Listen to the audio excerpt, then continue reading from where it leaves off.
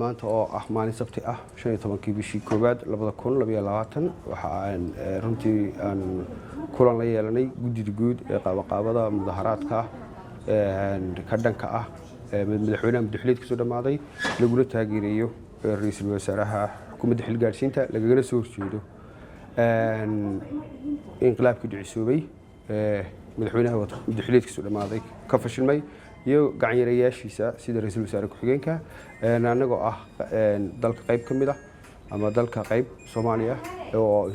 bulshada ka soo jeeda Somaliland ee ku dhaqan gobolka Banaadir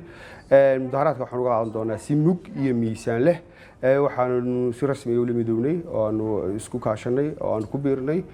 guddiga guud ee qabanqaabada mudaharaadka gobolka Banaadir waa gobol kulmiyay dhammaan bulshada ka soo jeeda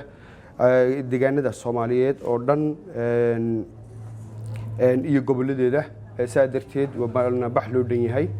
waxa maanta halkan ku sugnaa dhammaan dadka ka soo jeeda gobolada dalka oo dhan dadku si kaliya laabay soo dhaweeyeen bulshada waxaan ugu baaqayaa dadweynaha mudaharaadkan inaynu muujino ilbaxnimo inaynu muujino xadaarad mudaharaadkan inuu ka duwanaado mudaharaadyadii had iyo jeer Afrika ka dhaca in xadaarad ku darno waxa weyn hal ku dhigiyo boorad ku qoran runtii bahda dhaqanka gobolka Banaadir hal ku dhigadaas faafreeb ay ku soo sameyn doonto oo hal ku dhigiyo aan xanaf lahayn hal ku dhigiyo aan ka baxsanayn daabka akhlaaqiga ee Soomaalida iyo dhaqankeena suuban iyo diinteena suuban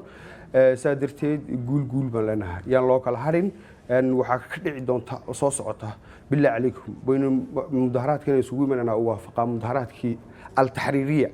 وإن لا كلا حالين هذه هذا المحسن السلام عليكم